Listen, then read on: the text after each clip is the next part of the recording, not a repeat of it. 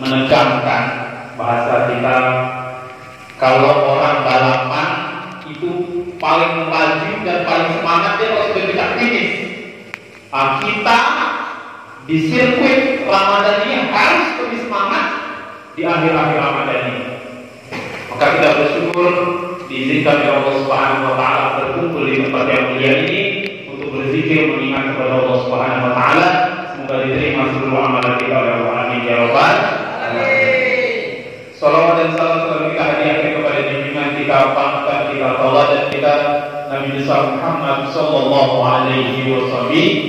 Allahumma shalli ala sayyidina Muhammad wa ala ali sayyidina Muhammad. Saudaraku jamaah tarawih dan isya yang dirahmati Allah Subhanahu wa taala, mungkin tidak menurut yang kami sampaikan, ada beberapa hal yang perlu untuk kami ingatkan kembali. Artinya kita semua sudah tahu, sudah paham, cuma karena yang mengingatkan kembali beberapa hal yang perlu untuk kita ingat di Lebaran atau ketika kita sudah Lebaran. Kok kayaknya kurang kecil di volume begini.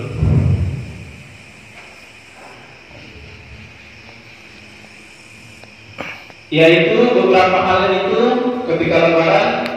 Yang pertama, usahakan kita berpuasa Syawal. Puasa bulan Syawal. Puasa bulan Syawal. Barang siapa yang berpuasa Ramadan 30 hari dan dia sempurnakan dengan puasa Syawal 6 hari, maka dia mendapatkan pahala seakan-akan puasa 1 tahun full atau penuh. Alhamdulillah. Maka usahakan. Kapan Pak Ustaz? Itu enaknya puasa Syawal ini dia boleh tidak berurutan, yang penting 6 hari. Kadang saya 3 hari, habis itu mau dekatkan habis bulan Syawal baru saya kasih 3 hari lagi. Yang penting masih bulan Syawal. 1 bulan waktunya kita diminta untuk puasa sunnah 6 hari. Kalau ada orang bolong puasanya di bulan Ramadan ini, dia ganti puasa bolongnya dan dia niat juga Syawal, boleh. Jadi pokoknya bolong 3, dia niat puasa ganti, mengganti puasanya 3 dan ditambah 3 hari lagi, maka sempurna Syawal. Itu. Selanjutnya di hari Lebaran ialah kita kalau bisa usahakan jangan mubazir atau boros ya. Kadang aqua baru diminum sedikit sudah dibuang ya. Makanan kadang orang ambil banyak, dimakan sedikit dibuang. Ini mubazir. Kita semua tahu ayatnya, kita semua tahu dalilnya. Innal mubazirina kana ikhwanu sayatin. Bahwa orang-orang yang mubazir itu teman-temannya setan. Usahakan makanan dan lain sebagainya kita jangan mubazir, apalagi sampai terbuang-buang. Lanjut. Selanjutnya kita jaga bersalaman dengan yang kita mungkin. Kadang kita tidak paham. Memang bulan Ramadan salaman, tapi ada yang kita bersalaman bukan dapat pahala, dapat dosa. Siapa itu? Orang yang bukan muhrim bagi kita. Perempuan harus menjaga salaman dengan laki-laki yang bukan muhrim atau bukan keluarga bahasa kita. Begitu juga laki-laki harus menjaga perempuan yang bukan muhrim yang tidak boleh bersalaman. Maka kita biasa begini. Tapi kalau keluarga ya boleh. Apalagi orang tua harus cium tangan lebih bagus, dia bisa cium kaki, kita doa dan sebagainya. Kita jaga. Salaman, apalagi sampai dibonceng bawa kabur kemana-mana. Kan biasa Lebaran ini betul. Karena Lebaran kalau di kota orang jalan, habis sholat dia pergi. Bukan sama orang tuanya tuh ke pantai tuh ke gunung tuh jalan-jalan. Bukan itu. Tapi Lebaran yang pertama adalah datangi rumah keluarga, saudara. Maka kalau ada orang tua yang telah meninggal, kita ziarah di makamnya, kita doakan. Kalau kita jauh telepon dan paham apa yang membedakan. Selanjutnya Ramadan, Lebaran. Kalau kita membeli baju baru dan lain sebagainya, niatkan baju-baju itu dengan niat untuk menutup aurat. Jangan karena ada orang bangga dengan baju barunya, bangga dengan apa-apa yang dia beli baru di bulan Ramadan ini. Karena kalau seperti itu takutnya timbul riya, pamer, sum'ah, sehingga bukan menimbulkan kebaikan tapi kesannya dosa. Maka kita niat beli baju baru untuk menutup aurat. Jamaah yang dirahmati Allah Subhanahu wa taala, sedikit juga kami sampaikan ada bahwa menutup aurat ini sangat penting bagi kita. Sangat penting karena keberkahan malaikat berkah, malaikat rahmat, malaikat berkah itu hanya mau mendekat dengan orang yang menutup aurat. Ketika orang membuka aurat kabur, malaikat pergi. Dan ini beberapa sejarah menceritakan tentang itu. Boleh cerita sedikit? Kita akhir Ramadan nggak apa-apa, agak dalam kira-kira sedikit ya. Tinggal berapa malam lagi? Terakhir. Yaitu hampir di semua nabi itu iblis datang menggoda. Kita tahu Nabi Adam datang menggoda Siti Hawa dan Nuh untuk makan buah kuldi. Iblis datang.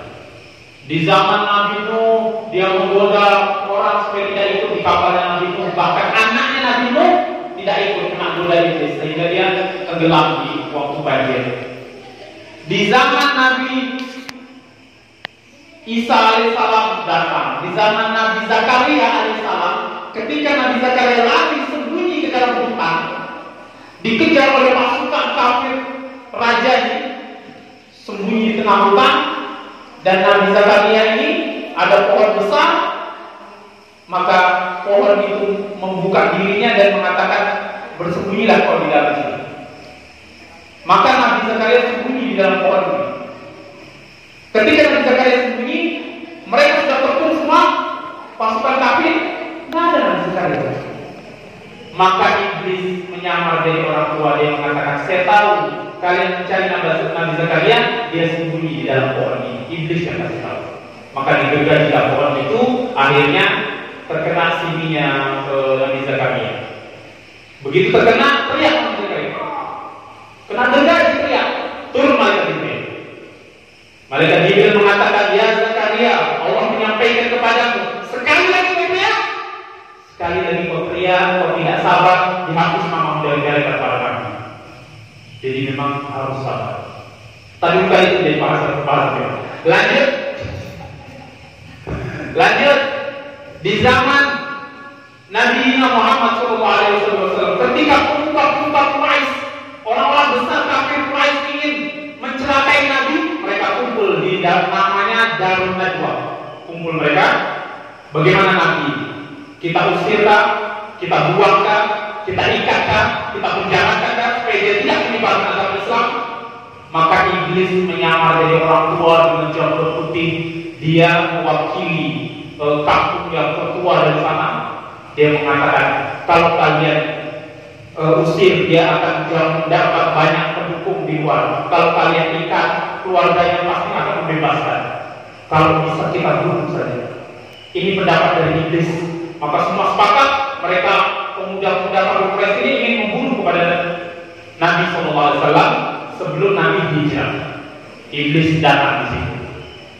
Begitu juga, karena ini bukan jadi bahasan kita. Begitu juga di zaman Nabi Ibrahim alaihissalam.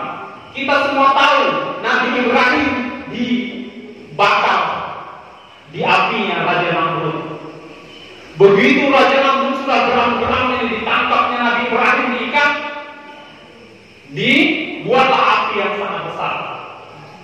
Begitu mau dibakar, ini Nabi Ibrahim kalau dilempar dekat panas, apinya sangat besar, mereka tidak sanggup dekat, panas ini api besar. Tapi kalau dari jauh tidak sampai. Bagaimana cara lemparnya dari jauh?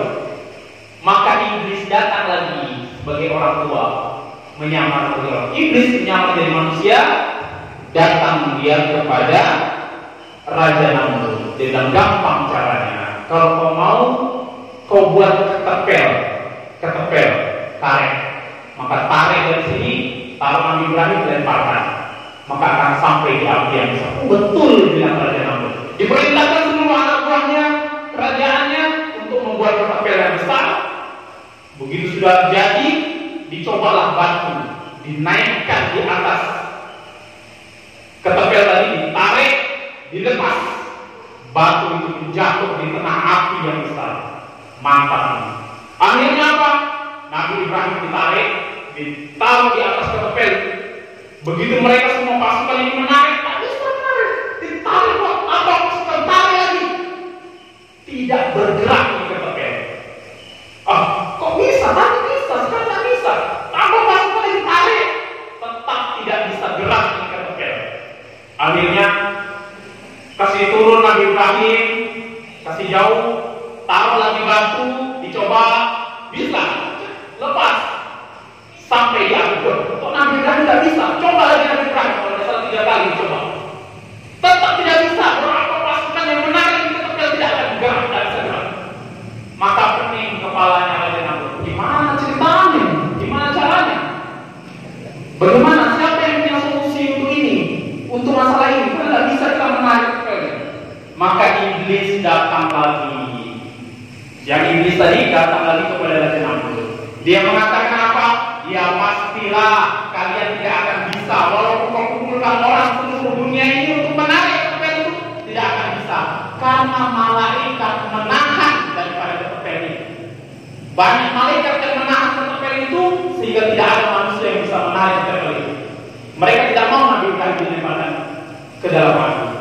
Maka Raja Namrud mengatakan, terus bagaimana caranya supaya malaikat ini tidak menahan ketepel ini?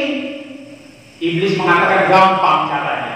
Panggil saja perempuan-perempuan, suruh dia buka tutupnya, simpan di dekat ketepel. Malaikat tidak akan datang ke situ kalau ada perempuan atau laki-laki yang membuka aurat. Akhirnya Raja Namrud panggil perempuan, buka dulu. Ada di tiang ketepel, ada yang duduk di sekitar ketepel mereka. Buka duduk semua di situ. Akhirnya Raja memanggil Nabi Ibrahim, ditarik, taruh di ketepel, ditarik bisa. Karena tidak ada sudah malaikat yang menjaga. Akhirnya ditarik ketepel, Nabi Ibrahim dilepaskan, jatuh ke dalam api. Dari cerita ini kami ingin menyampaikan bahwa malaikat rahmat, malaikat tidak senang dengan orang yang membuka aurat. Maka usahakan untuk kita, khususnya laki-laki, kita jaga, berikan kewajiban kalau bahasa kita nasihat kepada istri-istri kita, anak perempuan kita untuk betul-betul menjaga auratnya, khususnya kalau dia mau keluar rumah. Karena ini sangat penting untuk kita sekalian. Malaikat rahmat tidak datang kalau orang membuka aurat, tapi kalau malaikat mau tetap datang. Itu datang malaikat rahmat. Kalau malaikat mau dia kalau buka semua cabutnya Allah. Jangan kita Allah Subhanahu Wa Taala. Kita lanjut. Selanjutnya, kalau sudah selesai daripada Ramadan ini, usahakan kita bisa tetap berkumpul, sholat berjamaah di masjid. Sebagaimana kita rame sholat maghrib isya rame di masjid, usahakan kita sholat jamaah di masjid. Selanjutnya, di bulan Ramadan kita rajin membaca Al-Quran. Maka di luar daripada Ramadan ini, usahakan tetap membaca daripada Al-Quran. Kita sebagai orang tua harus mengajak anak kita, menyampaikan kepadanya untuk membaca Al-Quran. Saya ada beberapa orang yang menyampaikan kepada saya cerita, bukan cuma 1-2 orang, banyak. Dia mengatakan, Pak Ustaz, saya sudah tamat 4 kali Al-Quran besar, tapi sekarang saya tidak bisa baca Al-Quran. Kok bisa? Tidak pernah buka sudah Pak Ustaz. Ini masalahnya. Jujur saja, kita kasih ngaji anak kita masih TK, kasih ngaji anak kita SD, sampai dia pandai tamat Al-Quran berapa kali. Tapi begitu anak kita sudah besar, jarang sudah kita suruh mengaji, jarang sudah kita suruh buka Al-Quran. Ini masalah yang sering terjadi kepada kita sekalian. Maka ayo, hari ini kita suruh mereka mengaji. Kenapa? Karena saya juga melihat ada beberapa, masih saya simpan postingan orang, saya screenshot. Ada 1 orang meninggal dunia, jenazah bapaknya ada di situ, jenazah bapaknya kali, tapi dia asik main game. Kenapa? Karena selama itu mungkin dia biasa kan dia anaknya main game terus dia tidak ajak ngaji. Minimal malam Jumat ajak anak kita baca Yasin. Kalau kita meninggal dunia, dia akan mengambil Yasin dan meneteskan air mata. Biasanya abang saya, ayah saya yang mengajak saya baca Yasin. Hari ini saya yang bacakan sholat. Begitu juga termasuk sholat lima waktu. Kalau kita sholat, ajak anak kita. Biar dia main di masjid, tak apa-apa. Yang penting dia datang ke masjid. Biasakan ajak anak kita sholat di masjid, datang ke masjid. Nanti dia bermain, Pak Ustaz. Biarkan dia main. Bagus anak-anak main. Dulu saya, kalau sekarang saya dapat ilmu yang manfaat itu bagus anak-anak ketika lagi di masjid. Kenapa? Karena anak-anak yang main-main di masjid itu nanti mereka yang akan gantikan kita sholat jamaah di masjid ini. Nanti mereka yang akan gantikan imam di sini. Nah, anak-anak mereka lagi yang main di belakang. Mereka yang gantikan imam, gantikan sholat di sini, anak mereka lagi yang main di belakang. Tapi ditegur juga, artinya jangan terlalu mainnya, supaya mereka tetap dalam pengontrolan kita. Mungkin itu saja yang dapat kami sampaikan, kurang lebihnya saya mohon maaf. Besar-besarnya, wallahu musta'an. Wassalamualaikum warahmatullahi wabarakatuh. Waalaikumsalam.